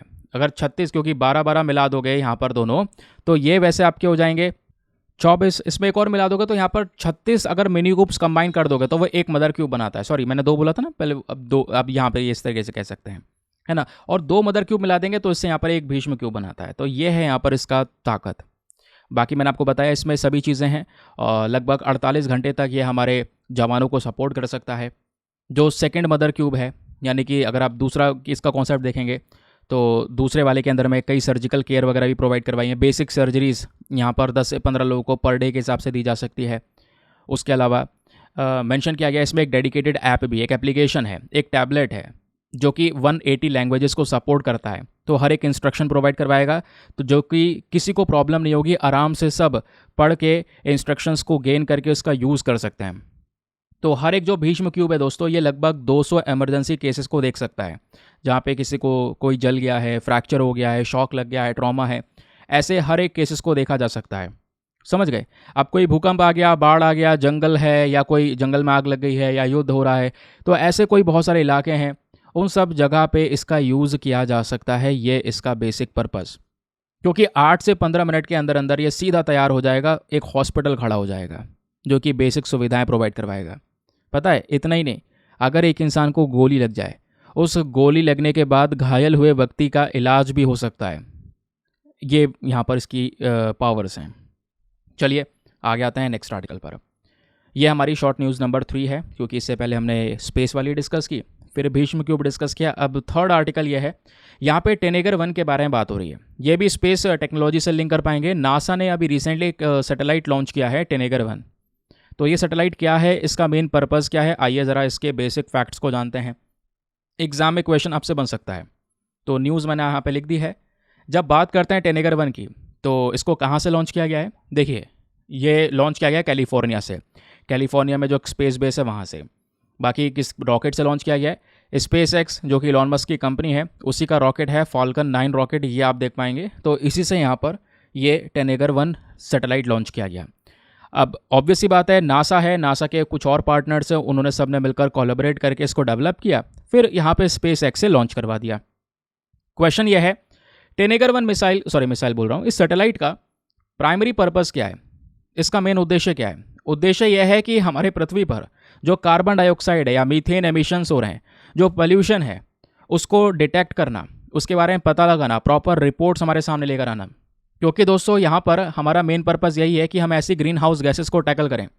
अब मीथेन जैसी जो ग्रीन हाउस गैस है, ये अकेले बहुत ताकतवर है, जो लगातार ग्लोबल वार्मिंग को बढ़ावा दे रही है, हमारे टेम्परेचर को और गर्म कर रही है। तो इसको डिटेक्ट करना, डिटेक्ट करके इसकी सही मात्रा पता करके इसको टैकल करना हमारे लिए ज़रूरी है। तो ये इसका पर्पज़ हो गया। इसमें कई सारी फीचर्स ऐड करे गए हैं, स्पेक्ट्रोमीटर टेक्नोलॉजी का यूज़ किया गया है, और भी कई सारी चीज़ें इसमें लगाई गई हैं। समझ गए?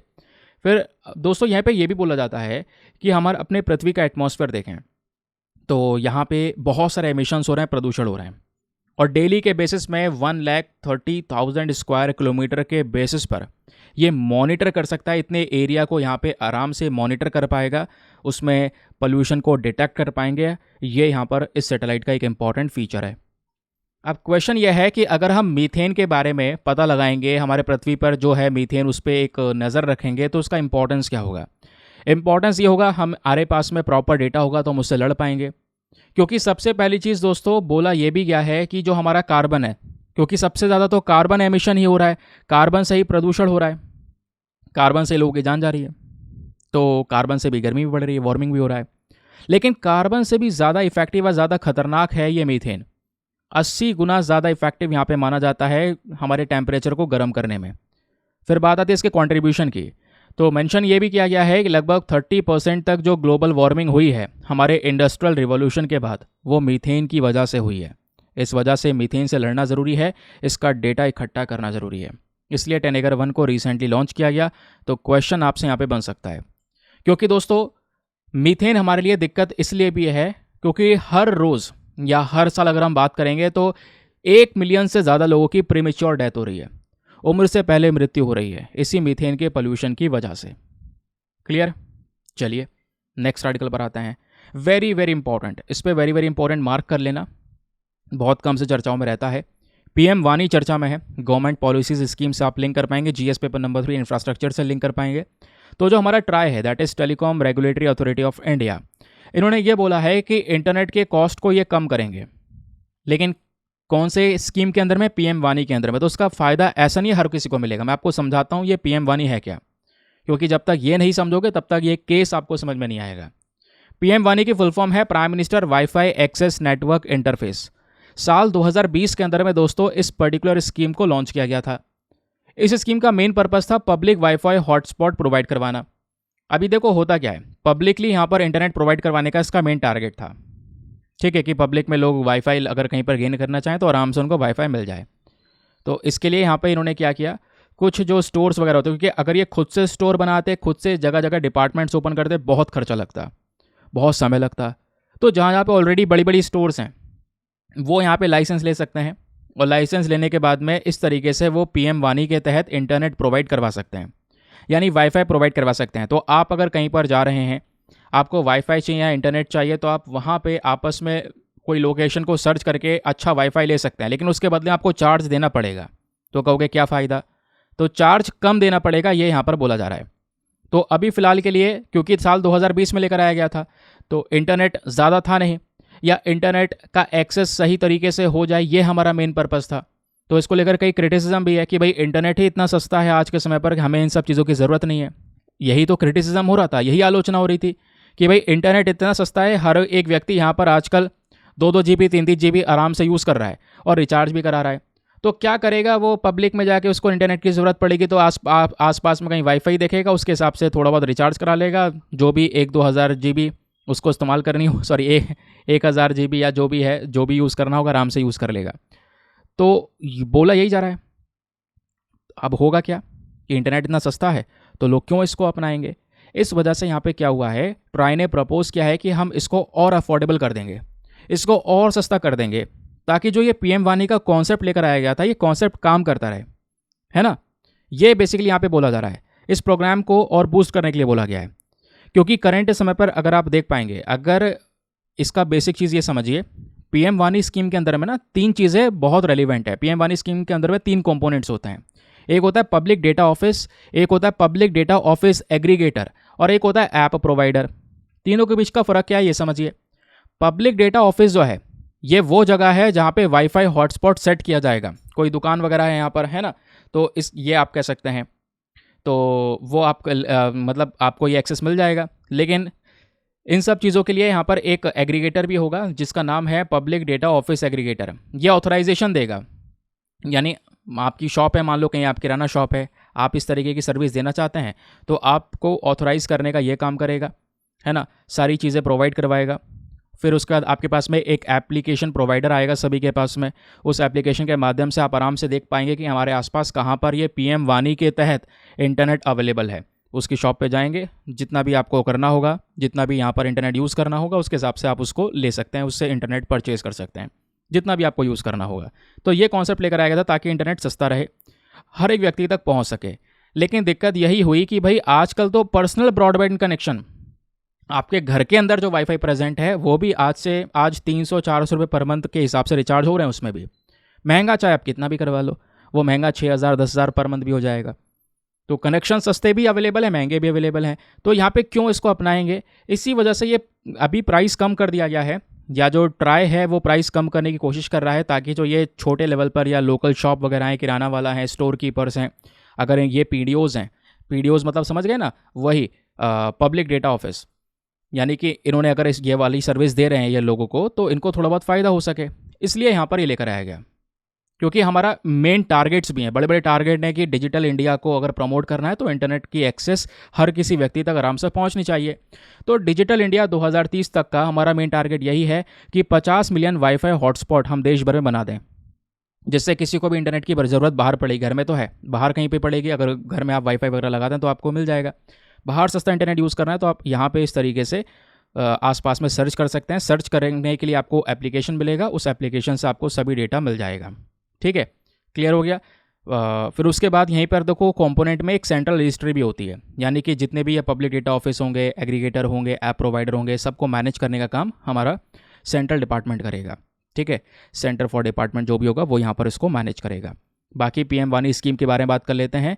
ये स्कीम लाई गई है डिपार्टमेंट ऑफ टेलीकम्युनिकेशन की साइड से दिसंबर 2020 में। इसका मेन उद्देश्य यही है, अफोर्डेबल यानी सस्ता, हाई स्पीड इंटरनेट कनेक्टिविटी, चाहे वो गांव वाला क्षेत्र हो चाहे शहर वाला क्षेत्र हो, पूरे देश भर में प्रोवाइड करवाया जाए, जिसको नाम दिया जाएगा पीएम वानी, और मेन पर्पज़ होगा पब्लिक वाईफाई नेटवर्क प्रोवाइड करवाना। ठीक है, क्लियर हो गया। चलिए आते हैं नेक्स्ट आर्टिकल की तरफ। तो यहाँ पे बात हो रही है दोस्तों, टाइम्स ऑफ इंडिया का टॉपिक है, जीएस पेपर नंबर 1 हिस्ट्री से लिंक कर पाएंगे, अपने आर्ट एंड कल्चर से लिंक कर पाएंगे।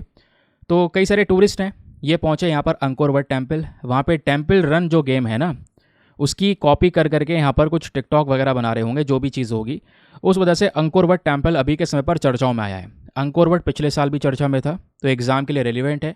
अंकोर वट टेम्पल आपको कंबोडिया में नजर आएंगे, कंबोडिया जो कि यहाँ पर एक साउथ ईस्ट एशियन कंट्री है। आपको बताऊंगा इसके बारे में, डोंट वरी, मैप वगैरह सब देखेंगे। तो पहले मैं मैप ही दिखा देता हूँ, अगर लाया हूँ तो ये है मैप। ये इंडिया है, ऊपर चाइना है, ये आपका साउथ ईस्ट एशिया है, ये रहा वियतनाम, ये रहा थाईलैंड, बीच में है कंबोडिया। ये इसकी कैपिटल हो गई नोम फेन, जो भी यहाँ पर उसका प्रोनाउंसिएशन जैसा भी होगा, है ना, फ्नोम फेन होगा या नोम फेन होगा। तो इस तरीके से यहाँ पर इसकी कैपिटल हो गई कंबोडिया। आसपास कौन कौन से देश है वो आपने देख लिया। नीचे यहाँ पर साउथ चाइना सी भी है, ये भी आपको दिखाई पड़ेगा। इसी कंबोडिया के अंदर में अंकोर वट टेम्पल हैं, ध्यान रखिए। तो इसी अंकोर वट टेम्पल की बात हो रही है, जिसका कनेक्शन हिंदुइज्म बुद्धिज्म दोनों से है। बताया जाता है दुनिया के अंदर में एक सबसे बड़ा रिलीजियस मॉन्यूमेंट है ये। स्मारक की जब बात आती है तो रिलीजियस स्मारक में सबसे बड़ा है, लगभग 200 एकड़ के अंदर में फैला हुआ है। तो आप इससे हिसाब लगा सकते हैं। इसको किसके थ्रू बनवाया गया था? जो खेमेर किंग थे सूर्यवर्मन II, इनके थ्रू बनवाया गया था 12th सेंचुरी के फर्स्ट हाफ वाले हिस्से में, यानी लगभग 1110 से लेकर 1150 के बीच में इस मंदिर को बनवाया गया। जो खेमेर किंग थे सूर्यवर्मन II, इनके थ्रू। तो लगभग यहाँ पे जो अंकोर वट है वो आज से, अगर हम आज का हिसाब देखें तो 900 साल पुराना यहाँ पर ये मंदिर है। ओरिजिनली यहाँ पर जब इसको बनाया गया था तो विष्णु जी को, हिंदू गॉड विष्णु जी को डेडिकेट किया गया था। लेकिन बाद में दोस्तों 12th सेंचुरी के अंत तक आते आते, क्योंकि 12th सेंचुरी के हाफ वाले पोर्शन में ही बना दिया गया था, लेकिन एंड तक यहाँ पर ये जो टेम्पल है बुद्धिस्ट टेम्पल बन चुका था। फिर 1992 के अंदर में ये जो पूरा टेम्पल कॉम्प्लेक्स है, इसको यूनेस्को वर्ल्ड हेरिटेज साइट के अंदर में कवर किया गया प्रोटेक्शन के लिए। अब इस टेम्पल के कुछ फीचर्स अगर आप देखेंगे तो यहाँ का क्लासिकल स्टाइल जो आर्किटेक्चर है वो बहुत ज़्यादा शानदार है। कुछ आर्किटेक्चर देखेंगे तो बारीक नक्काशियाँ यहाँ पर इस पूरे टेम्पल में हुई हुई हैं। सैंडस्टोन ब्लॉक का इस्तेमाल किया गया है, यानी कि बोला यह भी जाता है कि इस तरीके से इसमें से कार्विंग्स करी गई हैं, नक्काशियाँ बनाई हैं, या स्टोन्स को इस तरीके से रख कर बनाया गया है कि इसमें ज़्यादा मसाला वगैरह जो होता है ना, सीमेंट वगैरह, मोटर का यूज़ नहीं हुआ है।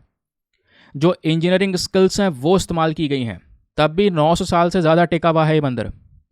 मेंशन किया गया है इसमें थोड़ा वुडन पेस्ट का इस्तेमाल किया है, या जो हमारा चूना का प्लास्टर होता है ना, उसका थोड़ा यहाँ मिक्सचर वगैरह यूज़ किया है, जिससे चिपका के स्टोन्स को रखा गया है।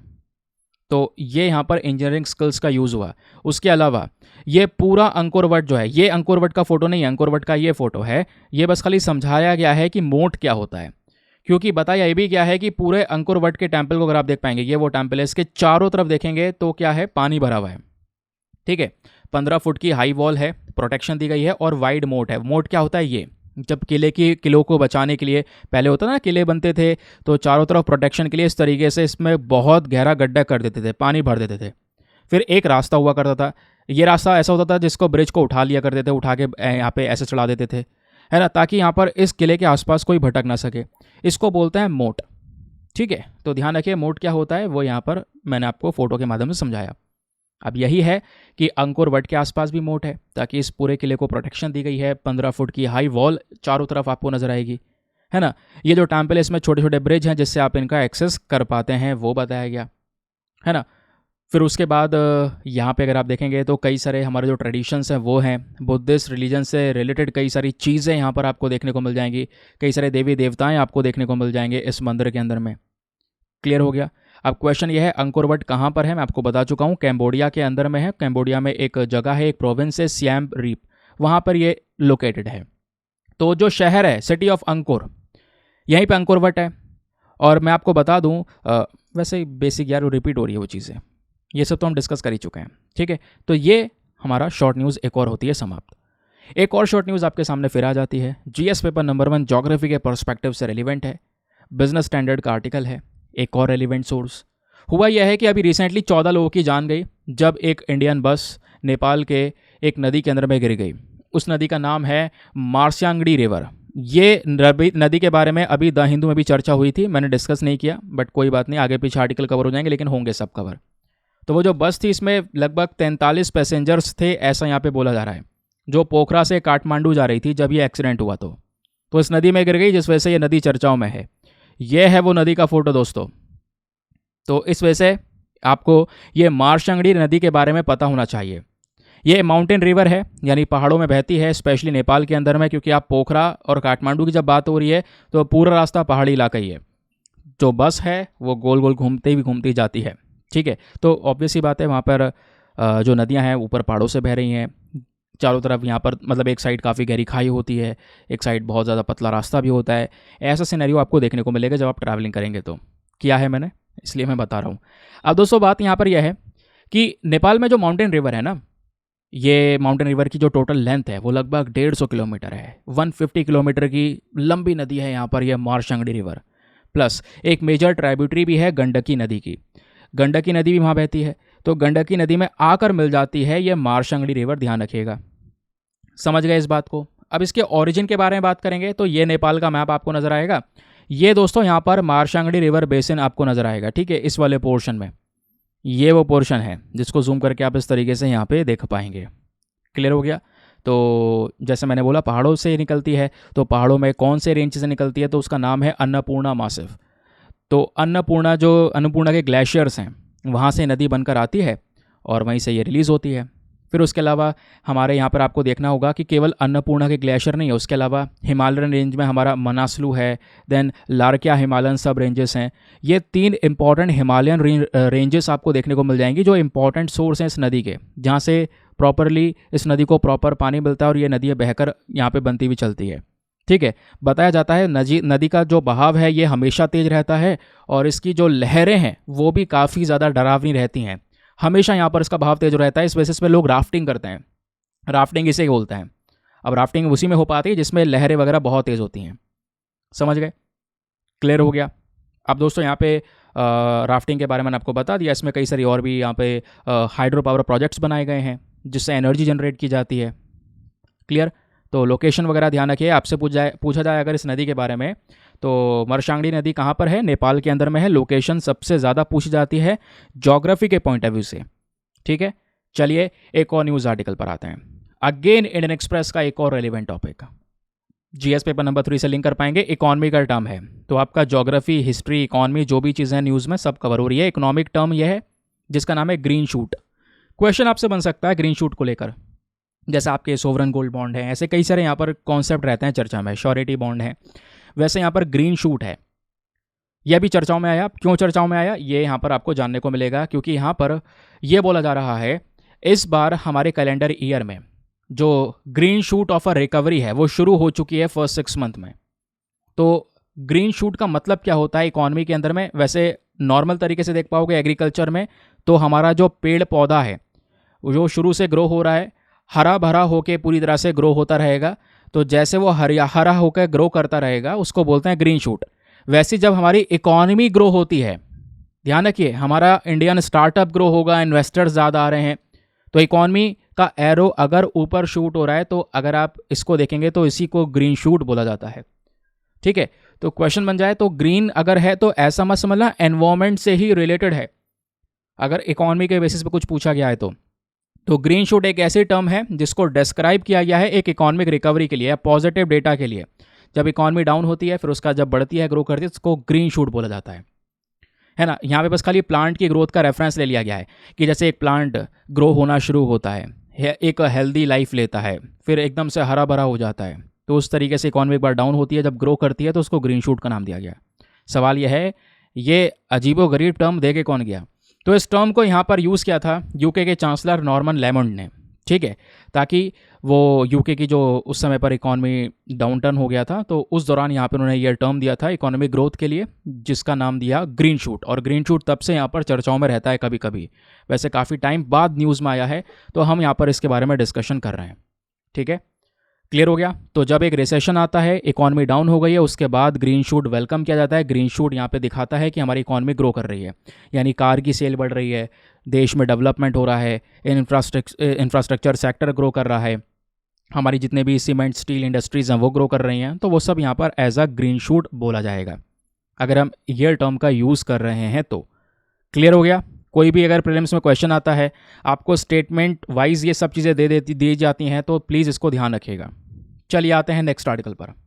अगला आर्टिकल हमारे आज के द हिंदू न्यूज़पेपर का ही है, पेज नंबर 1 पे ही प्रेजेंट है, जीएस पेपर नंबर 1 एग्रीकल्चर से आप लिंक कर पाएंगे। तो बेसिकली यहाँ पे कुछ आर्टिकल नहीं है, फोटो ही फोटो दिया गया है, जहाँ पे कश्मीरी सेब के बारे में बात हो रही है।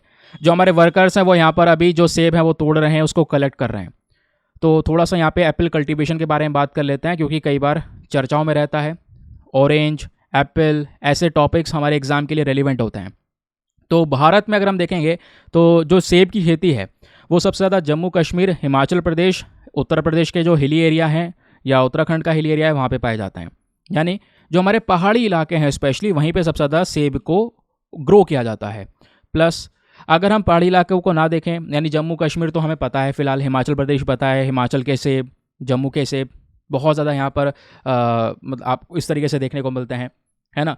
तो क्वेश्चन ये है कि केवल वहीं पाए जाते हैं? नहीं, देखिए सेब का जो कल्टीवेशन है वो अरुणाचल प्रदेश, नागालैंड, पंजाब और सिक्किम में भी होता है, तो ये भी ध्यान रखना है ना।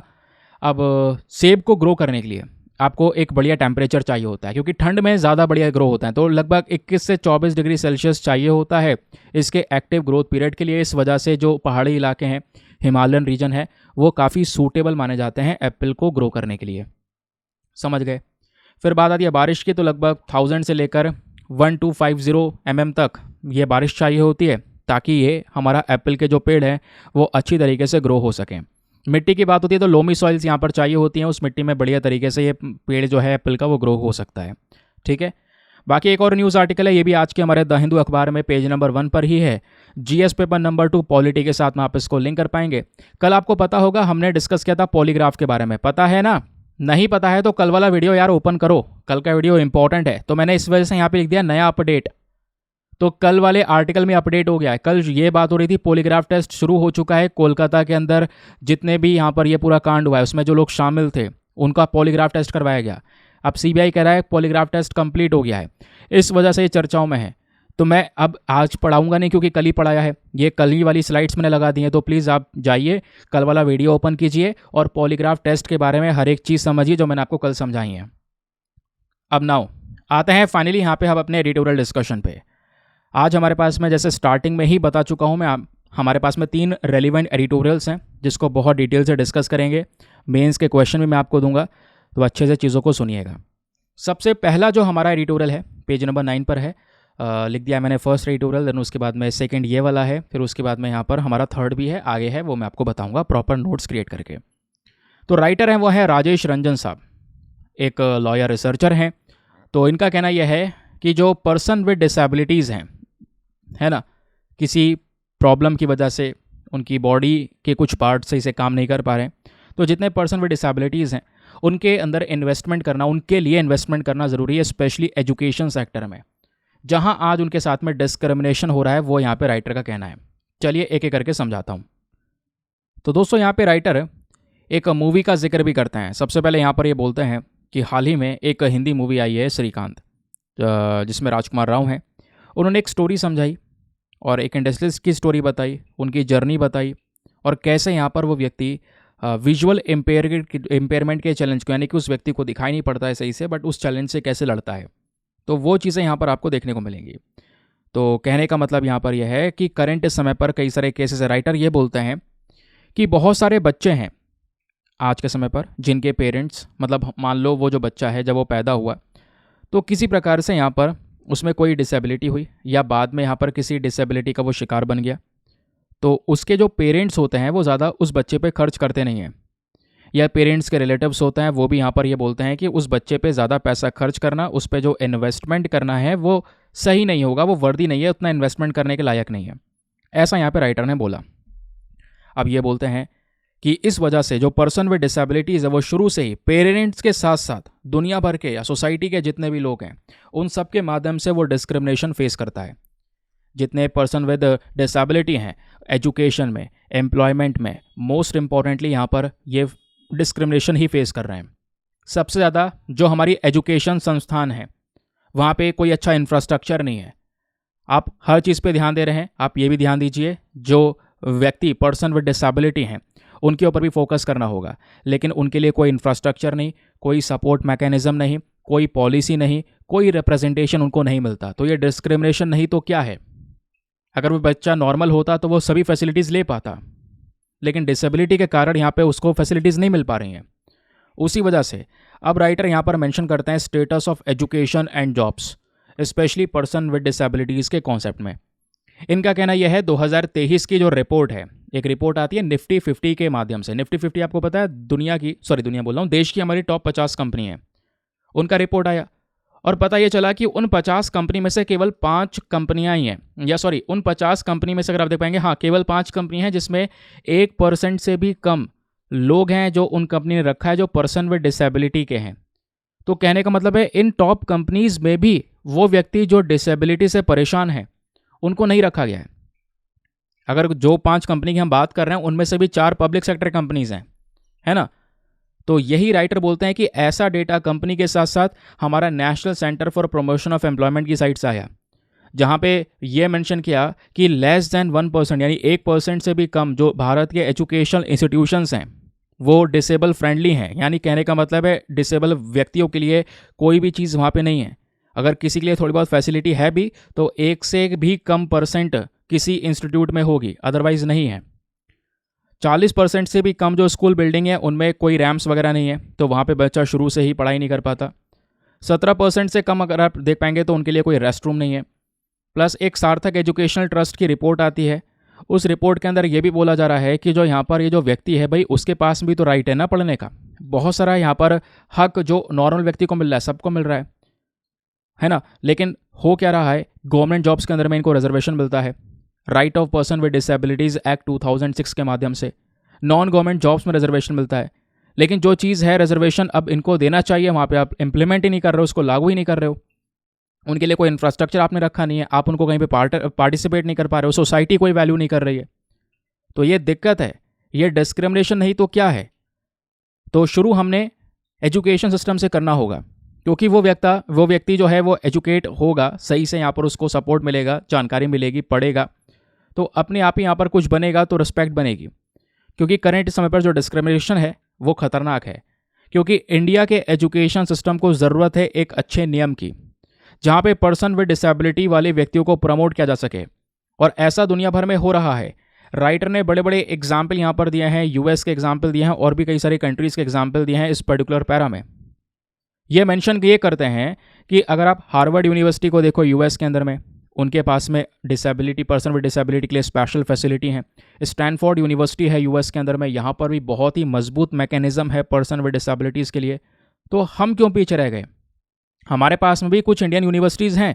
2023 में शिव नाडर यूनिवर्सिटी है जिन्होंने डिसेबिलिटी सपोर्ट को लेकर कुछ पॉलिसीज़ लाई।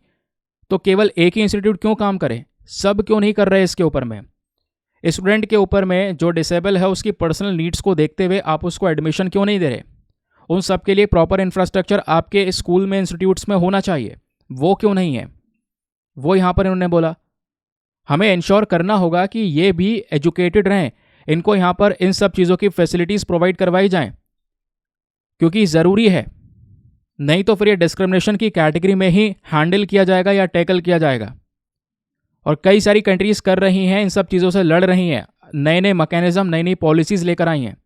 तो हमें भी यहाँ पर वैसा ही एनवायरनमेंट क्रिएट करना है ताकि वो व्यक्ति आगे सोसाइटी के अंदर में अपने साथ जो डिस्क्रिमिनेशन है उसके खिलाफ लड़ सके। तो वो चीज़ यहाँ पे राइटर का कहना है। समझ गए कि भाई इसमें सुधार की ज़रूरत है। जो है वो मैंने आपको यहाँ पर एक्सप्लेन कर दिया। फिर कुछ और एग्जाम्पल्स दिए गए, वो एग्जाम्पल हमारे इतने काम के नहीं है, तो इस वजह से आते हैं हम अपने अगले आर्टिकल पर। जो अगला एडिटोरियल है, सेकेंड एडिटोरियल है, ये भावना बार्मी ने लिखा है, एक क्लिनिकल साइकोलॉजिस्ट हैं। तो इनका यहाँ पर क्या कहना है मैं आइए बताता हूँ। इनका कहना यह है कि करंट समय पर अगर आप देख पाएंगे तो एक नया पैंडेमिक, एक नई बड़ी बीमारी लग रही है हमारे नौजवान लोगों को, यूथ को। यूथ क्या कर रहे हैं करंट समय पर? वेपिंग कर रहे हैं। वेपिंग क्या होता है? जो हमारी इलेक्ट्रॉनिक सिगरेट्स होती हैं, ई सिगरेट जो होती हैं, इसको यूज़ करना या इसको स्मोक करना, उसको वेपिंग बोला जाता है।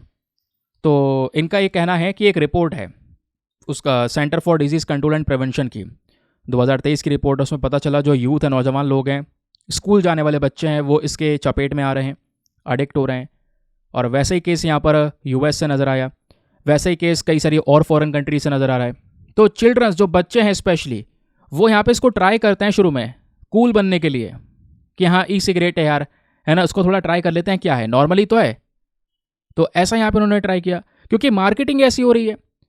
भाई ई सिगरेट जो है इससे भी नशा होगा, निकोटीन प्रेजेंट है, फिर एक इंसान धीरे धीरे असली सिगरेट पर पहुंचेगा। आप उसको एक कॉटन कैंडी की तरह प्रमोट कर रहे हैं, स्ट्रॉबेरी की तरह प्रमोट कर रहे हैं कि भाई हाँ कोई बात नहीं, ये फ्लेवर में आ रहे हैं अलग अलग, तो फ्लेवर दिखा के आप यहाँ पर ये सब चीज़ें प्रमोट कर रहे हैं। इससे यहाँ पर जो छोटा बच्चा है वो इसके प्रति थोड़ा यहाँ पे सोचता है कि चलो हम भी ट्राई करते हैं, और वो ट्राई करते करते, इसको यूज़ करते करते इन ई सिगरेट के प्रति अडिक्ट हो जाता है, क्योंकि है ही ऐसी चीज़।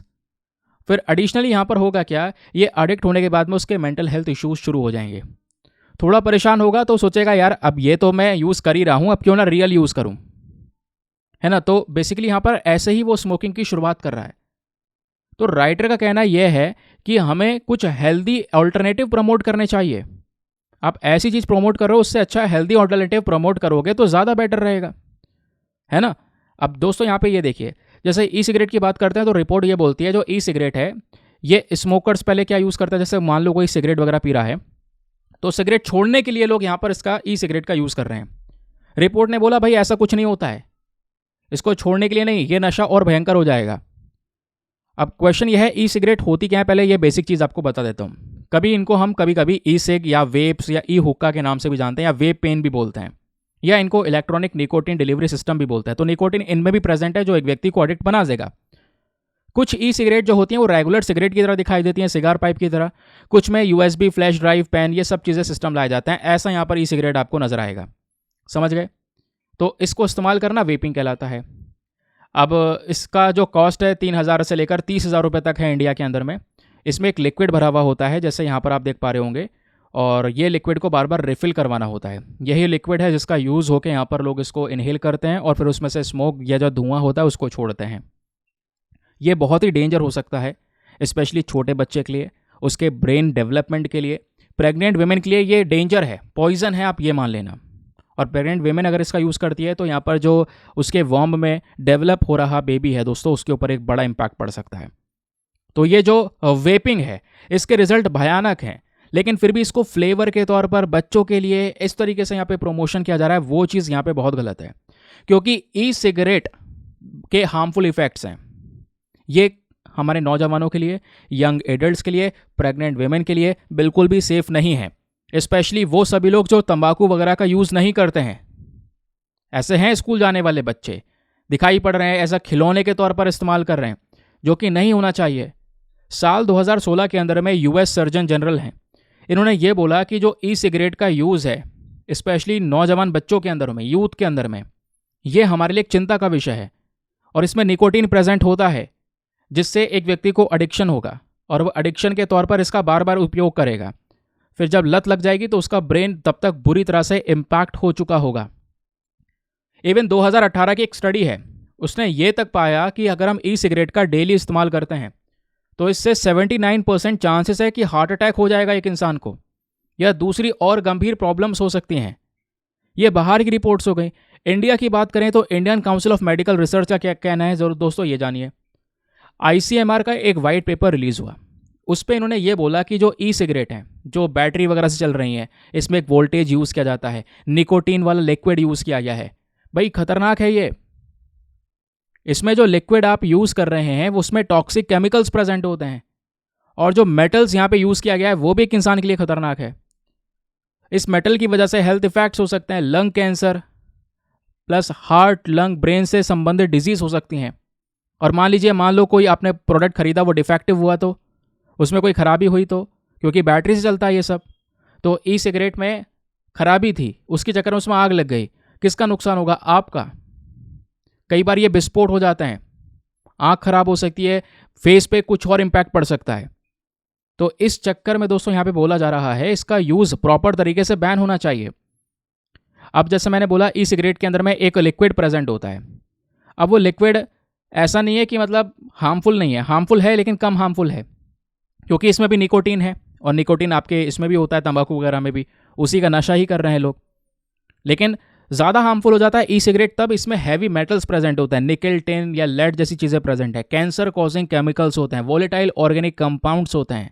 इतना ही नहीं, इसमें कुछ ऐसे छोटे छोटे पार्टिकल्स होते हैं जो हमारे लंग्स तक जाएंगे, और उसके बाद में सीधा हमारे फेफड़ों के अंदर एक बीमारी बन जाएगी। इतने ज़्यादा हार्मफुल सब्सटेंसेस इसके अंदर में प्रेजेंट होते हैं। इतनी देर से हम निकोटीन की बात कर रहे हैं। क्या होता है निकोटीन? आपके सिगरेट, तंबाकू, इवन चाय के अंदर भी मतलब थोड़ा बहुत प्रेजेंट होता है, जिसकी वजह से यहाँ पर काफ़ी लत होती है लोगों को कि चाय नहीं छोड़ सकते, लेकिन इन सब चीज़ों में बहुत लिमिट ज़्यादा होती है। तो निकोटीन हाईली एडिक्टिव हो सकता है दोस्तों। हाईली एडिक्टिव एक केमिकल कंपाउंड है जो तंबाकू के पत्तों में प्रेजेंट होता है। तो जितने भी तंबाकू वाले प्रोडक्ट्स हैं उन सब में निकोटीन होता है, चाहे वो सिगरेट्स हो, चाहे वो बाकी सारी चीज़ों, सिगार हो या कोई भी चीज़ हो। निकोटीन एक केमिकल सिंबल है, और जितने भी आप तंबाकू के प्रोडक्ट यूज़ कर रहे होते हैं तो इससे धीरे धीरे निकोटीन आपके दिमाग में चढ़ता है, आपके दिमाग को आदत लग जाती है, एडिक्शन जिसको बोलते हैं, लत लगना, क्योंकि ये आपके ब्रेन को काम करने का तरीके में बदलाव लेकर आ सकता है। आपको बार बार क्रेविंग्स होगी, ज़्यादा ये कंज्यूम करने की बार बार लत लगनी शुरू होगी। समझ गए? अब क्वेश्चन ये है कि जब इतना भयंकर इशू उठ रहा है तो क्या कोई कदम नहीं उठाया गया? बैन कर दो, बात खत्म इसे। तो दोस्तों यहाँ पे कई सारे कदम उठाए तो गए हैं, जैसे prohibition of electronic cigarette bill 2019 लेकर आया गया। इस बिल का यही मेन पर्पस था कि हमारे देश में इन ई सिगरेट के प्रोडक्शन, मैन्युफैक्चरिंग, इंपोर्ट, एक्सपोर्ट सब के ऊपर में बैन लगाया जाए, है ना? ये काम हुआ। इसके अलावा सिगरेट एक्ट 1975 ये देखने को मिलेगा, जहाँ पे सिगरेट के पैकेट्स पे, कार्टन्स पे एडवर्टीजमेंट करने के लिए बोला गया कि भाई यहाँ पर बताइए कि ये घातक है। बाद में ऐसे कई सारे एक्ट आए जहाँ पे एडवर्टाइजमेंट करने के साथ साथ बोला गया भाई फ़ोटो भी छापो और सारे रिस्ट्रिक्शन लगाओ। यही तो होता है, आप देख पाते हैं आज सिगरेट के डब्बे के ऊपर में वो कैंसर वाला जो भी फ़ोटो वगैरह है जो भी बना हुआ है, उसके बावजूद भी लोग कंज्यूम कर रहे होते हैं। उसके बावजूद भी लोग कंज्यूम कर रहे होते हैं। यही तो एडिक्शन है, यही तो लत है, क्योंकि उस पर दिख रहा है कि हाँ भाई ये पीने से, ये खाने से ये हो जाएगा। उसके अलावा टोबैको क्विटलाइन सर्विस भी शुरू की गई, है ना? तो ये यहाँ पर कुछ नंबर वगैरह दिया गया है क्विटलाइन सर्विस, जिसकी शुरुआत 2016 में हुई। बाद में इसके ऊपर भी काम किया गया। अब देखिए, ये प्रॉब्लम है, ये हम यूएसए की साइड से देखें या कहीं और से देखें, लेकिन दूसरी साइड अगर हम इंडिया में देखें तो इंडिया में भी तंबाकू का कंजम्पशन एक चिंता का विषय है, क्योंकि भारत में मतलब आप ये कह सकते हैं हर साल 1.3 मिलियंस के आसपास डेथ हो रही हैं केवल और केवल तंबाकू खाने की वजह से। यानी हर रोज़ 3500, 3500 लोगों की जान जा रही है हर रोज़, डेली बेसिस पे। तो ये तंबाकू का एक बहुत ज़्यादा कह सकते हैं कि भयानक साइड है। दूसरी तरफ बहुत सारी डेथ, डिजीज़ होना और कई सारी बीमारियां हो जाना, उसके बाद लगातार पैसा खर्च करना बॉडी के ऊपर में, बीमारी में वो पैसा लग रहा है, तो इससे बहुत ज़्यादा असर पड़ता है, सोशो इकोनॉमिक बर्डन पड़ता है, देश के इकोनॉमिक डेवलपमेंट पे भी असर पड़ता है, क्योंकि वो लोग देश के प्रति एक कंट्रीब्यूशन दे सकते थे, बट करंट समय पर वो और बड़ी प्रॉब्लम क्रिएट कर रहे हैं। वर्ल्ड हेल्थ ऑर्गेनाइजेशन की स्टडी के अकॉर्डिंग यहाँ पर यह बोला गया है जो हमारा इकोनॉमिक कॉस्ट ऑफ डिजीज़ है टोबैको के अंदर में, ये अगर आप डेटा निकालेंगे तो इंडिया भयानक खतरे में है।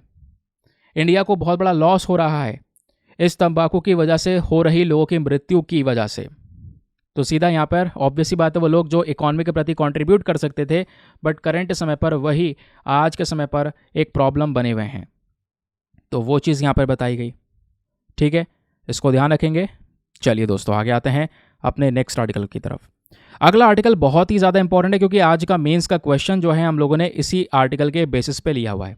बहुत बहुत ज़्यादा इंपॉर्टेंट, आज कह सकते हैं ये जो थर्ड एडिटोरियल है ये हमारा एडिटोरियल ऑफ द डे है।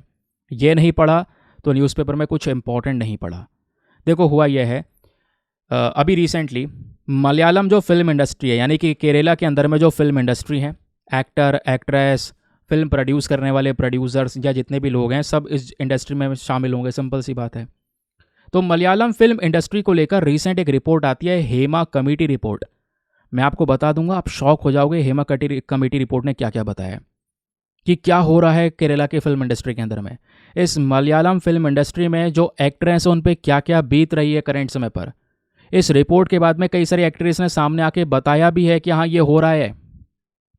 तो हेमा कमेटी रिपोर्ट रिसेंटली होती है रिलीज, जिसने जैसे मैंने बोला है पूरी तरह से मलयालम फिल्म इंडस्ट्री के ऊपर ही फोकस किया है, जो केरला की फिल्म इंडस्ट्री है उसके ऊपर में। तो यहाँ पे ये बताया गया कि उस इंडस्ट्री में महिलाओं के साथ में सेक्सुअल अब्यूज़ हो रहा है, जेंडर डिस्क्रिमिनेशन हो रहा है, एक्ट्रेस के साथ में महिलाओं के साथ में इनह्यूमन ट्रीटमेंट किया जा रहा है इस फिल्म इंडस्ट्री के अंदर में। ये बताया इस के हेमा कमेटी की रिपोर्ट ने।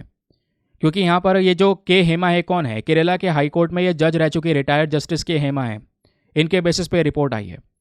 पता है इस रिपोर्ट में सबसे पहली चीज़ क्या बोली गई? सबसे पहली चीज़ यहाँ पे ये बोली गई कि मलयालम फिल्म इंडस्ट्री में सेक्सुअल एब्यूज़ हो रहा है करंट समय पर, है ना। ज़बरदस्ती फिजिकल रिलेशन बनाने की कोशिश की जाती है, रेप थ्रेट्स दिए जाते हैं, फिर कास्टिंग काउच हो रहा है। अभी मैं आपको बताऊंगा, यानी कि जो वेमेन है, किसी को अगर इस इंडस्ट्री में काम करना है तो उसके बदले में यहाँ पर उनको फोर्स किया जाता है सेक्सुअल फेवर के लिए कि आपको जॉब मिलेगी अगर आप हमें सेक्सुअल फेवर करेंगे। तो ऐसी चीज़ें हो रही हैं, इसको बोलते हैं कास्टिंग काउच। फिर उसके अलावा जो डायरेक्टर प्रोड्यूसर्स हैं ये अक्सर फीमेल एक्टर्स के ऊपर में जोर डालते हैं बेतुके ये प्रॉमिस करने के लिए। फिर उसके बाद जो वेमेन हैं उनको ज़बरदस्ती काम करवाया जा रहा है एब्यूज़र्स के साथ में, है ना। ज़बरदस्ती यहाँ पर वो वर्क कर रही हैं, कुछ नहीं है तो यहाँ पर वो इस इंडस्ट्री में ऐसा हो रहा है। फिर सेफ्टी ऑन फिल्म सेट, कई सारी फीमेल जो फिल्म वर्कर्स है, पता है उनका क्या कहना है? उनका ये कहना है कि इस चक्कर में जब शूटिंग चलती है तो हम अपने पेरेंट्स को और रिलेटिव्स को साथ में लेकर आते हैं सेट के ऊपर में। रीज़न यह है क्योंकि डर रहता है कि कोई फालतू में सेक्सुअल डिमांड या सेक्सुअल हैरेसमेंट ना हो जाए। फिर बात आती है क्रिमिनल इन्फ्लुएंस की। यह रिपोर्ट इंडिकेट ये करती है कि जो मलयालम फिल्म इंडस्ट्री है ये भरी पड़ी है क्रिमिनल इन्फ्लुएंस से। बहुत सारे इंडस्ट्री मैन ऐसे ऐसे लोग हैं लिकर और ड्रग्स के शिकार बने पड़े हैं।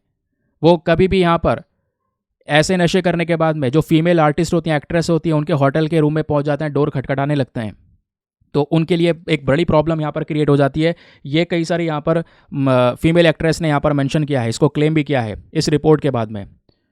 फिर एट द लास्ट एक डर रहता है इन सभी लोगों को, है ना, कि भाई यहाँ पर अगर ये कोई बात अगर बाहर निकल जाएगी तो क्या होगा, पब्लिक फिगर क्या रह जाएगी। तो इस चक्कर में कई सारी जो बातें हैं वो दबी की दबी रहती हैं। फिर at the last cyber threat, online harassment face कर रही हैं वेमेन वहाँ पे सिनेमा के अंदर में। फीमेल मेल आर्टिस्ट दोनों के साथ में cyber bullying, public threats, defamation, ऐसी ऐसी चीज़ें ये फेस कर रहे हैं। फिर आता है सोशल मीडिया प्लेटफॉर्म आज के समय पर, वहाँ पे इनके इमेजेस के ऊपर में अगर ये कुछ डाल देते हैं, वीडियोस डाल देते हैं, फीमेल आर्टिस्ट को बहुत सारे वल्गर कमेंट्स ऐसे फेस करने पड़ते हैं, बहुत सारे थ्रेट्स फेस करने पड़ते हैं, ब्लैकमेलिंग हो रही होती है, ऐसा यहाँ पे बोला जा रहा है। और एट द लास्ट इस सिनेमा इंडस्ट्री में प्रॉपर फैसिलिटीज़ भी नहीं है।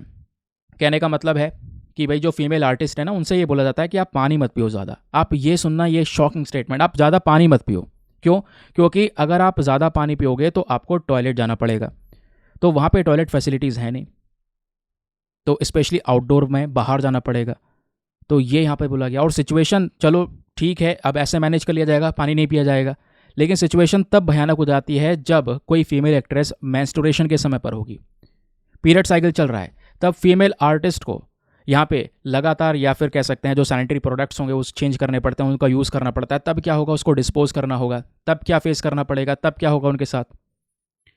फिर एट द लास्ट आता है एक और, मतलब बार बार लास्ट बोल रहा हूँ, फिर एक नेक्स्ट पॉइंट आता है, नेक्स्ट बोलना चाह रहा हूँ, लास्ट बोल दे रहा हूँ। फिर आता है इनह्यूमन वर्किंग कंडीशन। यहाँ पे ये भी बोला जा रहा है जो जूनियर आर्टिस्ट होते हैं ना, उनकी कोई कदर ही नहीं है। जो जूनियर आर्टिस्ट है उनको बहुत ही ज़्यादा बुरी तरह से ट्रीट किया जा रहा है, स्लेव के तौर पर 19-19 घंटे काम करवाए जा रहे हैं और पेमेंट टाइम पे मिल नहीं रही है। ये किसने बोला है? हेमा कमेटी की रिपोर्ट ने बोला है दोस्तों कि ये हो रहा है करंट समय पर मलयालम इंडस्ट्री के अंदर में। अब क्वेश्चन ये है, तो क्या ऐसी चीज़ों से लड़ने के लिए हमारे पास नियम नहीं है? अरे बहुत सारे नियम है यार। आईपीसी जो हमारे पास इंडियन पिनल कोड हुआ करता था 1860 का, फिलहाल के लिए रिप्लेस कर दिया उसको, बीएनएस आ चुका है, भारतीय न्याय संहिता। तो इसमें भी तो सेक्शन 354 है, एजॉल्ट के केसेस को टारगेट करता है। 354 है, सेक्सुअल हैरेसमेंट के केसेस को देखता है। सेक्शन 509 है ना, ये यहाँ पर वुमेन के इंसल्ट वाले केसेस को देखता है। तो ऐसे केसेस को डील करने के लिए नियम है। Sexual harassment of women at work place पर जो उनके साथ में ऐसा कुछ हो रहा है तो उसको रोकने के लिए 2013 का नियम है। आईटी एक्ट है, पोक्सो एक्ट है, protection of children from sexual offence act 2012। POCSO act के माध्यम से बच्चों को प्रोटेक्शन दी जाती है। तो बोला यही तो जा रहा है कि भाई ऐसे हमारे पास में तमाम नियम है। ये आप देख पाएंगे वर्क प्लेस पे उनके साथ में कोई घिनौना हरकत ना हो, गलत ना हो, उसके लिए यहाँ पर ये एक्ट बनाए गए हैं। लेकिन ये एक्ट सही से इंप्लीमेंट नहीं किए जा रहे। ये एक यहाँ पे एक कंसर्निंग सिचुएशन है। अब देखिए, इस रिपोर्ट ने कुछ रिकमेंडेशन भी दिए हैं कि हमें क्या करना चाहिए। सबसे पहली चीज़ मैं आपको ये बताऊं, जो वर्क प्लेस होता है ना, वर्क प्लेस पे महिलाओं के साथ में कुछ गलत ना हो, वैसे चीज़ों को टैकल करने के लिए 2013 का जो नियम है ये बोलता है कि आपके पास में एक इंटरनल कंप्लेंट कमेटी होनी चाहिए। आपके बॉडी के अंदर में ही एक ऐसी कमेटी होनी चाहिए जहाँ पे कोई भी व्यक्ति के साथ में कुछ ऐसा हो रहा है तो वो कंप्लेंट कर सके, है ना। तो इस रिपोर्ट ने यही बोला है कि भैया आप आईसीसी बनाओ तुरंत।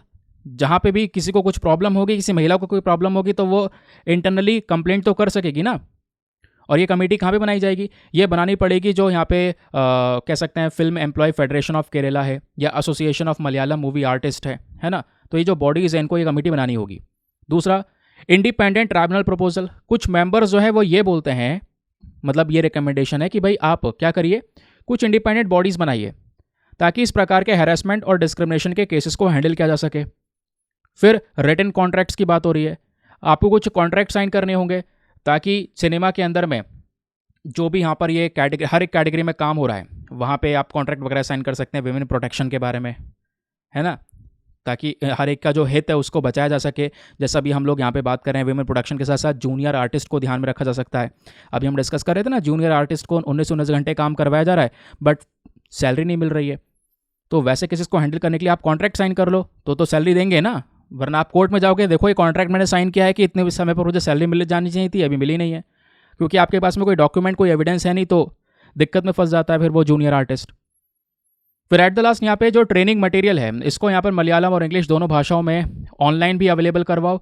जो वेमेन का रोल है ये एडुकेट तरीके से होना चाहिए, इस पर यहाँ पे प्रॉपर बजट सपोर्ट होना चाहिए। प्लस यहाँ पे बोला ये भी जा रहा है जेंडर जस्टिस के ऊपर ध्यान रखना होगा। और एट द लास्ट वेमेन को सपोर्ट करना होगा, लोन्स प्रोवाइड करवाने होंगे ताकि महिला यहाँ पर पिक्चर को प्रोड्यूस कर सके।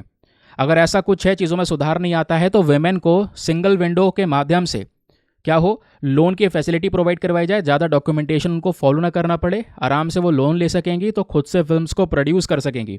तो यहाँ पर फिर मैन की ज़रूरत नहीं पड़ेगी, तो प्रोडक्शन वगैरह सब कुछ खुद से कर पाना तो ये ज़्यादा ईजी बन जाएगा और इनके लिए काम भी आसान हो जाएगा।